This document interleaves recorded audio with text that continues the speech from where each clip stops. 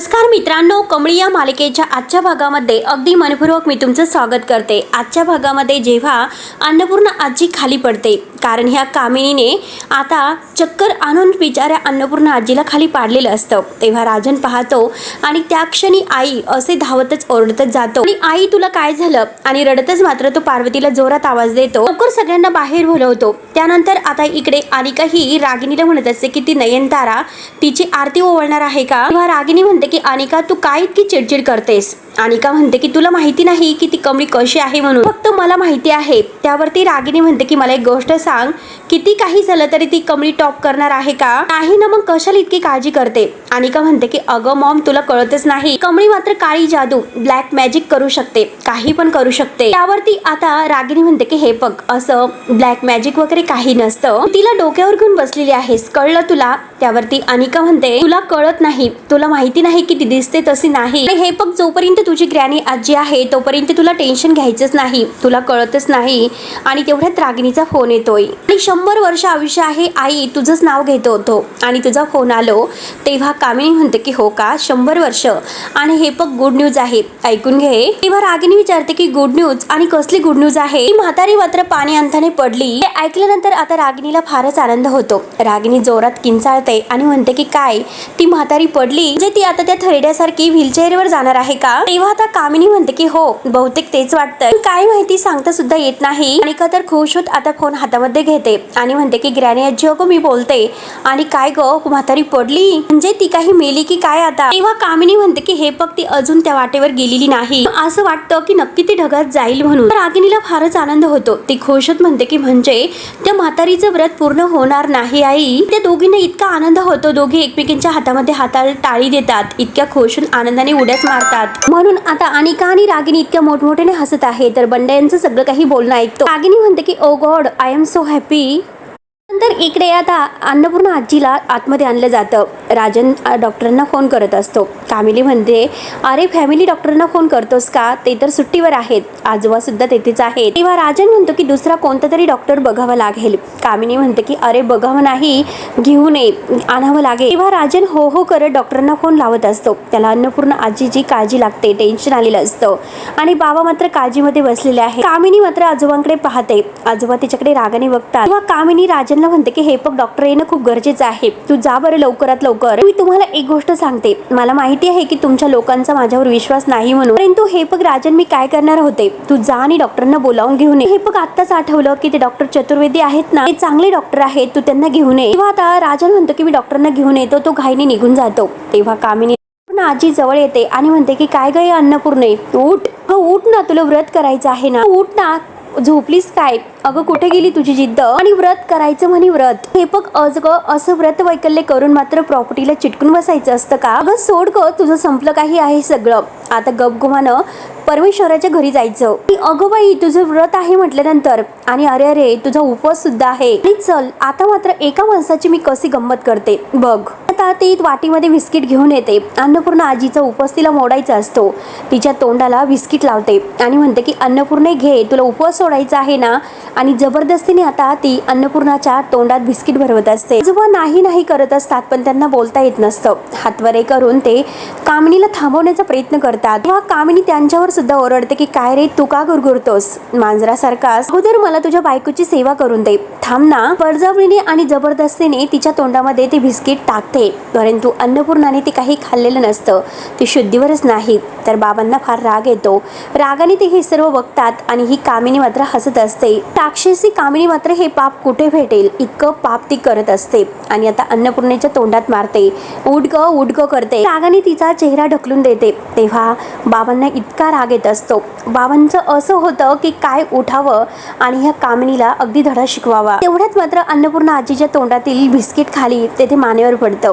कामिनी म्हणते की आठवलं का तुला, तू माझ्या इथे अशी तोंडावर मारली होती, सेम टू सेम मी सुद्धा अगदी टपक मारली। आता बाबा हातवारे करून मात्र कामिनीला थांबवण्याचा प्रयत्न करत आहे, तर कामिनी आता आजोबांच्यावर सुद्धा ओरडतच येते की तुला किती वेळेस सांगितलं की आवाज बंद कर म्हणून, ती वेळा सांगितलं म्हणून जोरात बाबावर धावते, आवाज करायचा नाही आणि गोंधळ सुद्धा करायचा नाही, विसरलास का तुझी ही अवस्था कोणी केली म्हणून, तर तुला अगोदरच मोडून ठेवलेलं आहे, मग तुझं हे बोट सुद्धा मी मोडून ठेवेल, कळलं तुला आता हे सर्व, तू विसरला असेल तर आठवण करून देते येते, लक्षात आहे का राजनने एक सुंदर मुलगी पसंत केली म्हणून तू तिला बघायला गेला होता. नंतर आता इकडे बंड्याला सगळं काही माहिती होतं. बंड्या आता धावतच कमळी आणि निंगीकडे येतो. दोघे आता चाललेले असतात. त्यांच्याजवळ येतो आणि म्हणतो की अगं कमळी, अन्नपूर्णा आजी पडल्या वाटतं. ऐकल्यानंतर आता कमळीला फार मोठा धक्का बसतो. कमळी म्हणते की बंड्या काय बोलतोस आणि हे सर्व तुला कसं कळालं? बंड्या म्हणतो की अगं अनिका फोनवर बोलत होती, ते मी ऐकलं. ती असं बडबडत होती की बरं झालं ते पडल्यात म्हणून. कमळी विचारते की त्यांना लई लागलं तर नाही ना? निंगी म्हणते की थांब मी तिच्याकडे बघतेच. मी म्हणते की अगं निंगे, आता त्यांच्याशी बोलून काही फायदा नाही. आता आपल्याला तिकडे जाणं खूप गरजेचं आहे. निंगी विचारते की अगं कमळे, पण त्यांना आपण तिकडे गेलेलं आवडेल का? कमळी म्हणते की मला माहिती नाही, पुढचं पुढे बघून घेऊ, पण आता गरज आहे तर आता जावं लागेल. मला हकलून दिलं तरी चालेल, पण आता त्यांच्याकडे जाणं खूप महत्वाचं आहे. म्हणून कमळी, निंगी आणि बंड्या सगळेही इकडे यायला निघतात. त्यानंतर आता कामिनी मात्र खूप हसत असते. आजोबांना म्हणते की अरे एवढं सगळं केलं पण तरी सुद्धा तू मेला नाही. एकदम चिवट आहे चिवट. काय माहिती की दोघं कसे म्हणजे देवाच्या घरून हे जीवदान घेऊन आलेले आहेत. दोघंही मरतच नाहीत. एक गोष्ट, तुझी ही जिद्द कोणत्या कामाची आहे? त्याचा काही उपयोग वगैरे आहे का? मात्र मांसाचा गोळा अगदी खुर्चीवर होऊन पडलेला आहे. जगायचं आहे म्हणून जगतोय आणि तुला तर चांगलेच माहिती आहे की तू बोलू शकत नाही आणि त्याच गोष्टीची मी चांगली मजा घेणार आहे. तर जगलास आणि हट्टाने जिद्दीने जगलास, त्यामुळे आता आपल्या कर्माची फळं तू भोगत राहा. बघ आता मी तुला कसं सडवत ठेवते ते, आणि या म्हातारीचं काय करायचं आहे ते मी पाहते. आणि मी एक गोष्ट, हिला मारून टाकणार नाही. हिची सुद्धा मी सारखी अवस्था करणार आहे आणि त्या गाडीवर तिला बसायला सांगणार आहे. जेव्हा तो डॉक्टर येईल आणि तो माझा डॉक्टर माझ्या इशाऱ्यावर एक असं इंजेक्शन देईल तर मरणार नाही, पण अशीच तडफडत राहील. तुझ्यासारखी ढक्कल गाडीमध्ये बसून दोघंही फिरा, ढक्कल गाडीत फिरत राहा म्हणून कामिनी खूपच हसत असते. आणि तेवढ्यात राजन डॉक्टरांना घेऊन येतोय. तर कामिनी लगेच तिचं रूप बदलते आणि म्हणते की डॉक्टर साहेब तुम्ही आलात, देवासारखे आलात, हात वगैरे जोडते. हीच माझी वहिनी आहे बघा जरा. तेवढ्यात मात्र आता डॉक्टर म्हणतात की अरे देवा, यांना लगेच एक इंजेक्शन द्यावं लागेल. तेव्हा आजोबा नाही करत असतात, कारण हा सगळा कामिनीचा डाव असतो. डॉक्टरांना सुद्धा ह्या कामिनीने सांगून ठेवलेलं असतं की असं कोणतं इंजेक्शन द्यायचं आहे की ज्याने अन्नपूर्णा आजी तडफडून मरेल. व कामिनी मुद्दाम म्हणते की हो का, आणि कसलं इंजेक्शन द्यायचं आहे? राजन विचारतो पण नक्की काय झालेलं आहे?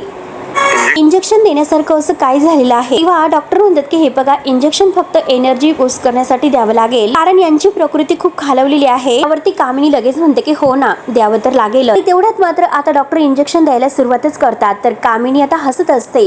आजोबा नाही करत असतात आणि इंजेक्शन देणार तोच. आता देवकृपेने मात्र कमळी तेथे आलेली आहे. कमळी म्हणते की थांबा डॉक्टर. तेव्हा आता डॉक्टर म्हणतात की काय? कमळी विचारते की आजींशी काय झालं? तेव्हा डॉक्टरना काय बोलावं तेच काही सुचत नसतं. कमळी म्हणते की त्यांनी पोटाला काही खाल्लेलं नाही म्हणून त्यांची अवस्था अशी झालेली आहे. ना काही झालेले नाही आणि उगाच काही पण औषध तुम्ही त्यांना देऊ नका. तेव्हा आता आजोबांना छान वाटतं, कारण आपली कमळी आली. इंजेक्शन देता राहिलं. तेव्हा आता कामिनी लगेच म्हणते की ही कशी आली इथे? बहिणीने हिला घराच्या बाहेर काढलं होतं, आठवतं ना? लगेच कामिनी कमळीला म्हणते की चल इथे काय आहे तुझं, बाहेर हो. तेव्हा आता कमळी म्हणते की हे बघा, मी कुठेही नाही जाणार. आता मात्र आजींना माझी गरज आहे आणि मी त्यांच्यासाठी इथे आलो. ना बरं वाटल्यानंतर मी इथून जातो, परंतु आता नाही जाऊ शकत. कमळी मात्र डॉक्टरांना जायला सांगते. राजन म्हणतो की ठीक आहे डॉक्टर, जा तुम्ही. जर काही वाटलं तर मी तुम्हाला नक्की फोन करेल. डॉक्टर आता निघून जातात. तेव्हा कमळी लगेच अन्नपूर्णा आजीच्या जवळ येते. डोक्यावरून हात वगैरे फिरवते, हातामध्ये हात घेते. तर कामिनी म्हणते की हे बघ, माझ्या वहिनीला त्रास देऊ नकोस, चालती हो इथून, चल मी तुला निघ म्हटले ना. तर राजन म्हणतो की आत्या शांत राहा, कमळी इथून कुठेही नाही जाणार, लक्षात ठेव. कामिनी म्हणते की राजन अरे तू चुकतोस. राजन म्हणतो की आत्या मी तुला सांगून ठेवतो, उगाच मला आवाज चढवायला लावू नकोस. कामिनी म्हणते की ठीक आहे, तुम्हाला जो गोंधळ घालायचा आहे तो तुम्ही घालू शकतात, परंतु माझ्या वहिनीला काही व्हायला नकोय. रागाने आता तावताव बाहेर जाते. त्यानंतर आता इकडे नयनतारा आणि रोहित काहीतरी डिस्कशन करत आहेत. मी म्हणतो की हो, मला अनिकाचं प्रोजेक्ट आहे ते खूपच आवडलं, त्यामध्ये खूप काही आता अगदी ऐकण्यासारखं होतं. आता नयनतारा म्हणते की अरे रोहित तसं काही नाही, पण बऱ्याचशा स्टुडंटचं मला प्रोजेक्ट आणि त्यांच्या आयडियाज वगैरे सगळं काही आवडलं. कमळीचं प्रेझेंटेशन आणि आयडिया प्रोजेक्ट वगैरे सगळं काही चांगलंच होतं, पण आता मात्र इन्व्हेस्टरला इन्व्हेस्ट करायचं नव्हतं, मग तरी सुद्धा बेटर होतं. रोहित म्हणतो की हे बघ, अगोदर आई इन्व्हेस्टर विचार करतात, तो प्रॉफिटचा विचार करतात. तू सांग की ह्या प्रोजेक्ट मधून त्यांना प्रॉफिट नक्की काय मिळणार होतं आणि आपण सुद्धा काय उत्तर देणार होतो की खेड्यातल्या मुलांसाठी आपण शाळा काढतोय म्हणून. हे बघ आई, आपण बिझनेस करतो, एनजीओ वगैरे नाही चालवत. त्यावरती नयनतारा म्हणते की अरे कम डाऊन, आता हे सगळं बोलून तरी काय उपयोग आहे बरं? कमळीचं प्रेझेंटेशन तसंही सिलेक्ट झालेलं नाहीच. जरीही झालं असतं यावर्षी मात्र कमळी पास नाही होणार आणि सगळं काही तुझ्या मनासारखंच झालं असतं. तर रोहित म्हणतो की बरं झालं मी तेथे वेळेवर पोहोचलो, इतर त्या कमळीला तुम्ही विनर म्हणून डिक्लेअर केलं असतं. असतं. तेव्हा आता रोहित म्हणतो की हे बघ, उद्या मात्र आपले फॉरेन जे काही क्लायंट आहे त्यांच्यासोबत मीटिंग आहे, सगळं काही मी आता ठरवतोय. आणि राधिकाला आवाज देऊन म्हणतो की कुणाला तरी माझ्यासाठी कॉफी पाठवून द्यायला सांग, आणि रूम मध्ये निघून जातो. त्यानंतर मात्र इकडे रागिनी आणि अनिका, कामिनी एका रूम मध्ये आहेत. रागिनी म्हणते की मी तुला सांगून ठेवते, कमळी फेल होऊ शकत नाही, कारण अनिका ती तुझ्यासारखी मूर्ख नाही. आता अनिकाला मूर्ख म्हटल्यानंतर राग येतो. आणि मॉम, नीट बोलायचं माझ्यासोबत. रागिनी विचारते की काय करशील तू. व कामिनी त्यांना म्हणते की काय ग, काय कुत्र्या मांजरासारखं भांडतात. दोघींनाही शांत राहायला सांगते. हे बघ अनिका, मी तुझ्याशी बोलते, तुला काय हवं आहे. अनिका म्हणते की मला एक गोष्ट हवी आहे की मी एक्झाम मध्ये पास व्हावी आणि ती गावछाप नापास व्हावी. पण तुम्हाला भीती वाटते की मी त्या एक्झाम मध्ये काय गोंधळ घालून ठेवला आणि त्या गावछापने काय मध्ये मध्ये केलं, हेच मला कळत नाही नक्की काय होईल ते. तेव्हा आता कामिनी तिला म्हणते की अनिका, तू पास होशील, त्याचं काय करायचं आहे मी पाहते, तू नको काळजी करू. तुम्हाला दोघींना मात्र मी जे काही सांगते ना ते करावं लागेल. त्यानंतर कमळी आता अन्नपूर्णा आजींच्या रूममधून आजोबांच्या जवळ असते किचन मध्ये. आजोबांना म्हणते की मी आजींजवळ थांबते. आता आजोबा मात्र त्यांना बोलता येत नाही, परंतु खानाखुना करून आणि तोत्र्या आवाजात ते कमळीला मात्र कामिनीबद्दल सांगत असतात. कमळी विचारते की आजोबा काय झालं, मला नक्की काय सांगायचं आहे. तेव्हा आता कमळीला कळतं की आजींचं व्रत, आणि ती आजोबांना विचारते की आजीच्या व्रताबद्दल तुम्ही मला विचारता सांगतात की काय, राजन काकांसाठी त्या हे व्रत करत होत्या हो की नाही. तेव्हा आता बाबा काहीतरी म्हणतात. आजोबा म्हटल्यानंतर आता लगेच कमळी म्हणते की कडू आजी. कमळी विचारते की आजोबा तुम्ही नक्की काय बोलतात, सांगा बरं व्यवस्थित. आता आजोबा मात्र हाताला हात लावून दाखवत असतात. तर कमळीला असं वाटतं की मी तुमच्यासाठी तेल आणलेलं आहे मसाज करण्यासाठी, मी ते तुम्हाला लावून देते, आता मी आलो. आता आजोबांना ते सगळं काही सांगायचं असतं पण त्यांना सांगता येत नाही. तर कमळी म्हणते की आजोबा शांत व्हा बरं, तुम्ही काळजी करू नका, तुम्ही त्रास करून घेऊ नका, मी आहे ना, जरा शांत व्हा, मी आहे आजींजवळ बसे. तेव्हा आता मनात आता आजोबा म्हणतात की कमळी, अगं तू इथून जाऊ नको, जी खरंच खूप गरज आहे इथे, प्लीज. आणि त्यानंतर आता कमळी अन्नपूर्णा आजींच्या रूम मध्ये येते. आजींचे पाय दाबत असते आणि म्हणते की आजी, मला माहिती आहे की तुम्ही हे व्रत आजोबांसाठी आणि राजन काकांसाठी केलेलं आहे. खरं तर एवढं अवघड व्रत करण्याची काय गरज होती बरं. तुमचा देवावर विश्वास आहे, मग देवाला आणखीन काय पाहिजे असतं. जर तुम्हाला काही झालं तर, आणि हे बघा आजी, तुम्हाला आता लवकरच बऱ्या होणार आहात, सगळं ठीक होणार आहे, मी सगळं नीट करणार आहे. आजी, तुमचं अर्धवट राहिलेलं व्रत मी पूर्ण करणार आहे. तेव्हा आता कमळी त्या व्रताला सुरुवात करते. तर राजन म्हणतो की कमळी, हे बघ, अगोदर काहीतरी खाऊन घे आणि मग ते व्रत पूर्ण कर. मला सुद्धा कळालेलं आहे की तू सकाळपासून काहीच खाल्लेलं नाही म्हणून. कमळी म्हणते की हे बघा काका, आजींचं निर्जली व्रत होतं, मग मी सुद्धा तसाच उपवास करणार. तेव्हा आता कमळी लगेच व्रत करायला निघून जाते. तर राजन म्हणतो की कमळी, अगं तूच या घरची नात असायला हवी होतीस, जर असं झालं असतं तर मी धन्य झालं असतो ग. त्यानंतर इकडे नयनतारा विचार करत आहे. तर ऋषी येतो. ऋषी आता नयनताराला विचारतो काय झालं. तर नयनतारा म्हणते की ऋषी, अरे एका गोष्टीचा सतत विचार करते, मला सांग की कमळीचं प्रेझेंटेशन आहे तर ते तू लिहून दिलं होतंस, तिचं स्पीच तू रेडी केलं होतंस ना. तेव्हा आता ऋषी म्हणतो की सिरियसली आई, तुला सगळं असं वाटतं का तिला ह्या सगळ्याची गरज आहे म्हणून मी कुणाला असं म्हणजे सपोर्ट करेल असं तुला वाटतं का. ती जे काही बोलत होती ते अगदी मनापासून बोलत होती, गेल्या अनेक वर्षापासून ते तिचं स्वप्न आहे. तेव्हा नयनतारा म्हणते की ऋषी, इतकं सगळं काही झालं, मी तुला इतकं समजावलं, पण तरी सुद्धा अजूनपर्यंत तू तिच्या स्वप्नांचा विचार करतोस. माझं सोड, तू अन्नपूर्णा आजींना मानतो, अरे मग त्या बाईचा सुद्धा ह्या मुलीने विश्वासघात केलेला आहे, लक्षात घे. आणि तरी सुद्धा तू अजूनपर्यंत तिच्याच मागे लागलेला आहे आणि तिच्याबद्दलच बोलतोय. तेव्हा ऋषी म्हणतो की आई, मी तुला अनेक वेळा सांगितलं की ते सगळं एक काहीतरी गैरसमज होते आणि आज ना उद्या अन्नपूर्णा आजींचा राग जाणार आहे, त्यांना सुद्धा सगळ्या काही गोष्टी क्लिअर होतील. त्यामुळे तू सुद्धा तिच्याबद्दल जे काही ग्रह केलेले आहे तर सगळे ग्रह आता बाजूला ठेव आणि प्लीज आई एकदा तिच्याकडे फ्रेश नजरेने पहा, मग तुला कळेल की ती किती चांगली आहे ते. असे बोलून मात्र